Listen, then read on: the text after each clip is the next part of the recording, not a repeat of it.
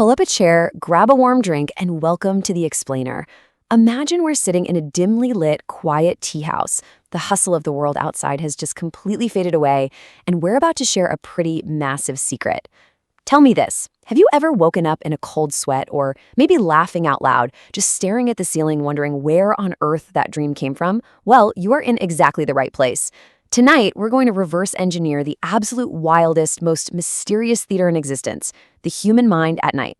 So, let me ask you a question. When you close your eyes and plunge into the dark, are those midnight visions just the random static of brain cells misfiring? Or are they profound, meticulously coded messages?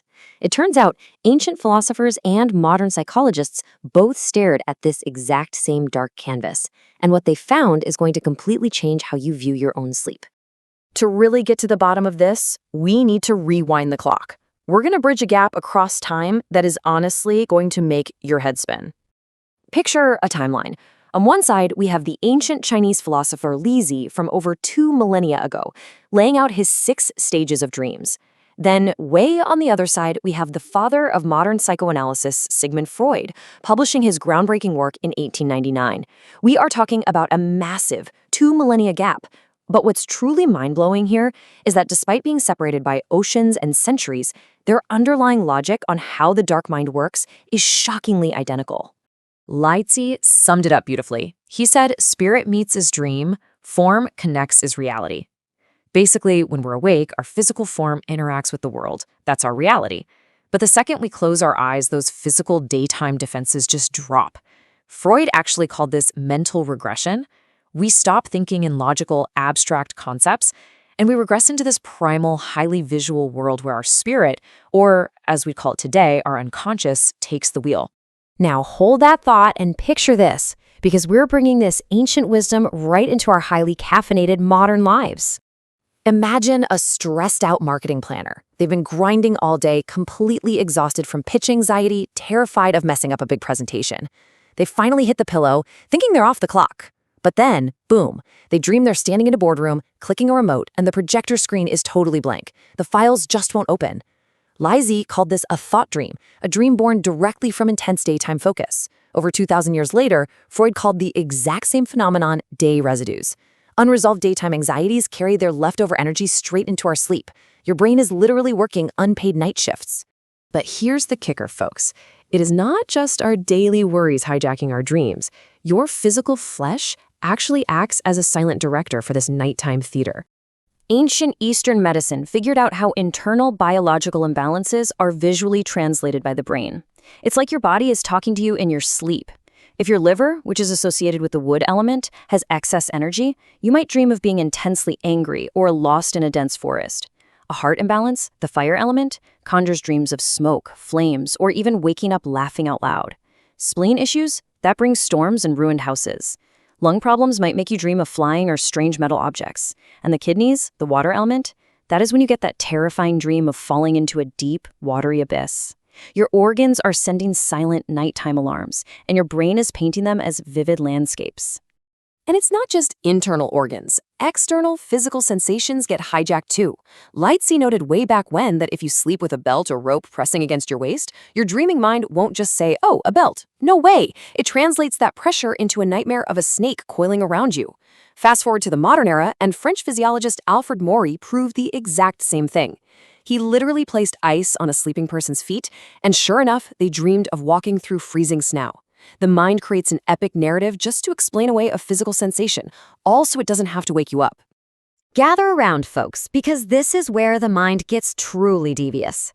Let's start with the basics. Ancient texts note, hungry dreams of taking, full dreams of giving. It's the most straightforward instinct we have.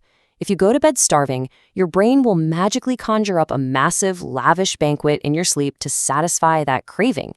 It's direct wish fulfillment. Your brain just hands you what you lack so you don't wake up in pain. But as we all know, adult desires are way messier than just wanting a sandwich, right? We have complex, sometimes dark, or socially unacceptable desires that we repress during the day. When we sleep, these desires try to sneak out, but our mind has moral bouncers at the door, what Freud called dream censorship. To bypass these bouncers, our true wishes are forced to put on disguises. The dream turns into this bizarre masked ball where absolutely nothing is what it seems. Now, you might be wondering how on earth we're supposed to unmask these desires. Well, the ancients actually left us a literal dream decoder ring hidden right in their language. Let's deconstruct this visually because it is fascinating. Ancient Chinese dream interpretation often relied on taking apart written characters. Imagine someone dreams of a pine tree growing on their roof. Sounds totally random, right? Not to the subconscious. The Chinese character for pine is song, but if you visually split that character in half, you get wood and duke. The subconscious is using visual displacement. It's masking a deep, repressed desire for immense wealth and high social status, becoming a duke, by combining those pieces into the safe visual symbol of a pine tree. And it gets even crazier. Check out this linguistic gymnastics. Say someone dreams of a captive, but in the dream, the captive's clothes are stripped away. If you literally strip away the outer strokes of the Chinese character for captive, what's left inside is the character for boy, revealing a hidden longing to have a son, or a dream of a sheep that somehow loses its horns and tail. Remove the top and bottom strokes of the character for sheep, and you get king, unimaginable power. The mind is literally playing a geometric puzzle to hide your deepest desires. And it definitely doesn't stop at visual shapes. The mind absolutely loves morbid puns. In ancient China, dreaming of a coffin, guankai, was actually seen as a secret wish for promotion and wealth because they sound phonetically identical. The terror of death is displaced into a wish for success. And Freud saw the exact same thing in Vienna. He noted a patient dreaming of a bone fracture, Knochenbruch in German, which sounded just like Ehebruch, the German word for adultery. The dreaming mind relies on identical, clever wordplay, whether in ancient China or modern Europe, to process our deepest anxieties without snapping us awake. Strange as it sounds, it gets even deeper when the boundary of you completely vanishes. The crucial point here is that dreams aren't just about hiding desires. They are about ultimate psychological release. The ancient philosopher Zhuangzi famously dreamed he was a butterfly, fluttering freely, completely forgetting he was a human man. The scholar Liang Qichao dreamed of becoming a fish, and then a bird. When we sleep deeply, the ego, that strict border between me and not me, completely dissolves.